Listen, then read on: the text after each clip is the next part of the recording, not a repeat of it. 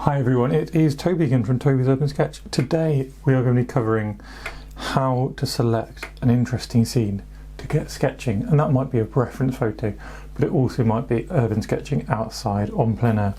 And I'm going to break down my sort of thinking process into 3 easy steps, 3 things which I think about.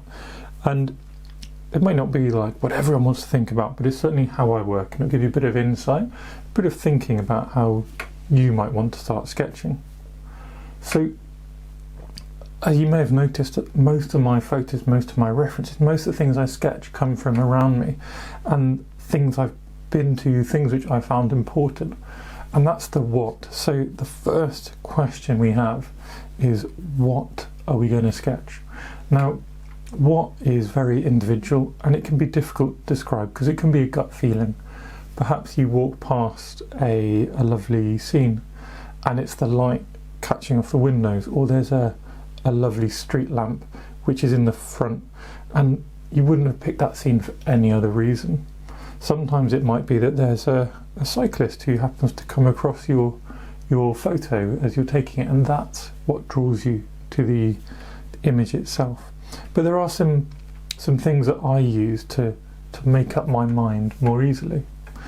So it has to be something, like I said, normally important to me, something that I've been to or that I find enjoyable.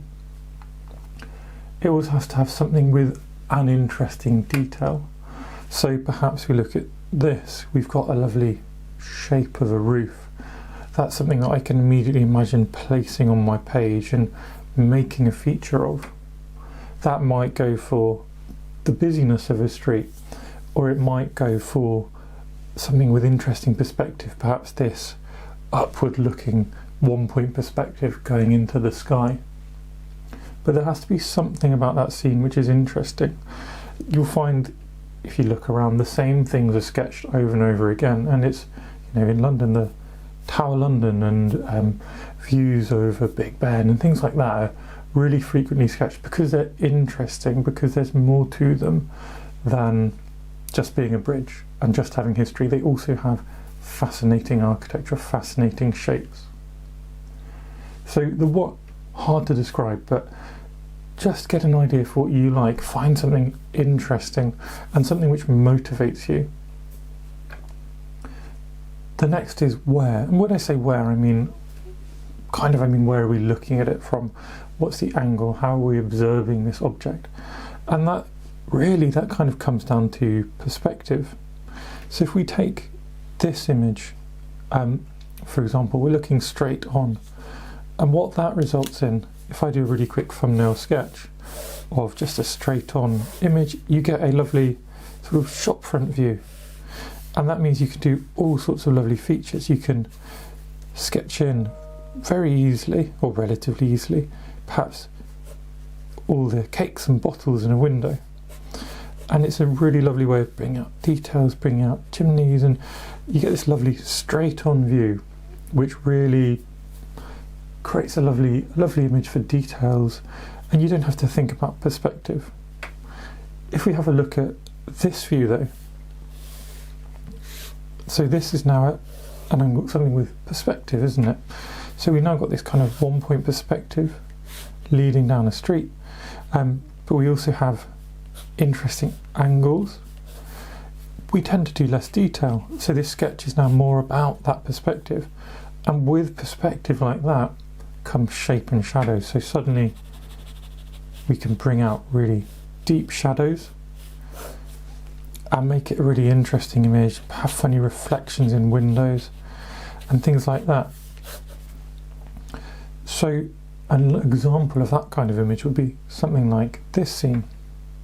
We can take it too far though, or we can just be sat in the wrong place, and then we end up having a scene where we lose all the shadow, it's all dark, or we lose all the detail and it's all shadow or just light and shadow. So somewhere between these kind of detail and light and shadow laden scenes is where I tend to like to sit. Another interesting concept of where is, where are we with respect to other objects? So if we look at this scene, and I've taken a few photos, and then we can look at this scene. And what you can see is that as we move, objects start to interact with each other differently. So in one, we've got, for example, a tower next to a building. Fine, you know, that is what it is. But then if you move around, suddenly the tower might be in front and connected to that building. Not physically connected, but we have a relationship. We have shadows that are between the two things, which provide interest. Or in another of these examples, we've got this street, which is either just there and then there's another building behind, or if we move closer, we end up with this street interacting with that building, providing a sort of angled perspective and frame. So where we're sitting changes our perspective, it changes our shadows, it also changes our framing. The last bit I want to think about is how are we sketching, and again, it's very personal, and certain styles suit certain things. That doesn't mean you can't sketch anything that you want. It doesn't mean you can't just take any scene and have a go at it in your style. But certainly if I'm doing my fun continuous line sketching, I know that I'm looking for something with lots of angles that I can pick on, that I can create all these lines and images just evolve without having to think too hard. And that you get from a lovely street, and you get from a loose image, but with lots of hooks, lots of angles to grab on.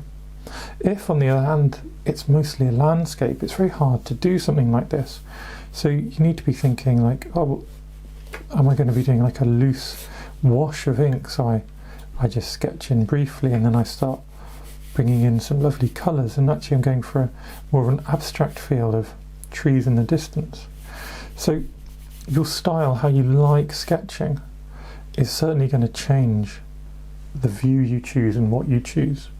So look, I love changing the style of changing what I'm doing all the time. If you hadn't noticed from my channel, I do have underlying principles. I love continuous line sketching, and I love loose, more direct, wet on wet watercolours. But if I'm trying to demonstrate something, or if I'm feeling a certain thing that day, then I'm not going to just pick any scene. I pick something that I think will work. And I think that, again, it's very personal. It comes down to understanding your style, understanding what you're trying to achieve. Or if you're just trying to experiment, maybe you'll take something uncomfortable in that style. So perhaps I would do this abstract landscape as a continuous line sketch. And it can work, but you might have to push yourself. You might have to just try harder and accept it may not come out exactly as you wanted it. So there are my sort of 3 steps towards thinking about what I'm sketching. The what, so something important. The where am I sitting, or where am I taking my reference photo from? And the how, what actual process am I going to use to capture my image? And from there, we can choose our reference, we can choose our place to sit or stand, and we can pretty much, not guarantee, but be a lot more certain that what we're going to produce is something that we're going to be really happy with.